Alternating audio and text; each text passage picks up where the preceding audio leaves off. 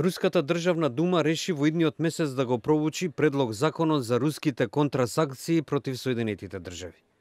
Председателот на Думата, Вјачислав Володин, на пресконференцијата не сакаше да елаборира за какви мерки станува збор.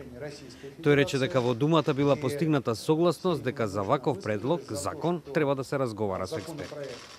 Според извештаите на руските медиуми, нацрт законот е подготвен како одговор на новите санкции на Соединетите држави објавени на 6 април. Со него, како што се дознава, се забранува увоз на земјоделски производи, тутун и алкохол од Соединетите држави и други земји кои учествуваат во антируските санкции. Исто така се предлага ограничување на соработката меѓу Русија и овие земји во нуклеарната индустрија и индустријата за ракетни мотори, како и во авионската индустрија. Белата куќа вчера соопшти дека Соединетите држави размислуваат за воведување дополнителни санкции против Русија и оти одлуката ќе биде донесена во блиска иднина.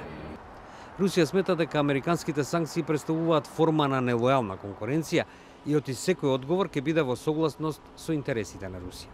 Портпаролот на Кремљ Димитри Песков санкциите ги нарече фиксна идеја, оценувајќи дека тие се нелегални. Мы убеждены, и любой экономист может легко увидеть в ряде санкций неприкрытые попытки, собственно, заниматься нечестной конкуренцией, прикрываясь какими-то иными соображениями, попытки выдавливать конкурентов, в данном случае российские компании, с международных рынков.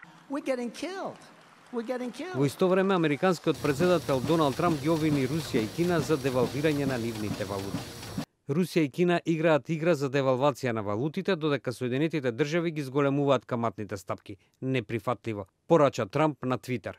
Откако Трамп ја презеде функцијата во јануари лани, доларот значително ослабна во однос на повеќето валути, вклучувајќи го и кинескиот јуан. И, додека Соединетите држави не воведоа санкции за Русија во последниве неколку недели, рублјата.